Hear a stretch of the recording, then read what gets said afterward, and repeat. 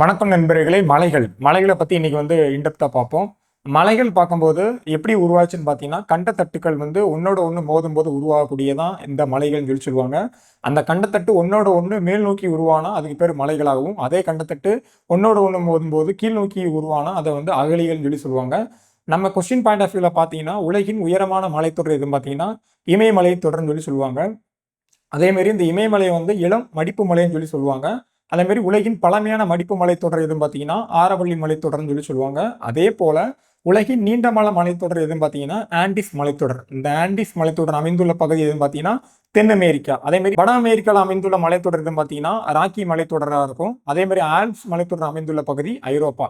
So மலைகள் பார்த்தீங்கன்னா இந்தியாவில் காணப்படக்கூடிய 3 முக்கியமான மலை. ஒன்று வடக்கு மலை. வடக்கு மலையோட இன்னொரு பெயர் தான் இமயமலைன்னு சொல்லுவாங்க. அதே மாதிரி இந்தியாவோட கிழக்கு பகுதியில் காணப்படக்கூடியது கிழக்கு தொடர்ச்சி மலை.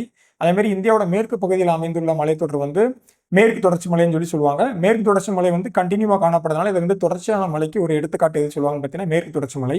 அதுவே தொடர்ச்சியற்ற மலைத்தொடருக்கு எடுத்துக்காட்டு எதுன்னு பார்த்தீங்கன்னா கிழக்கு தொடர்ச்சி மலை.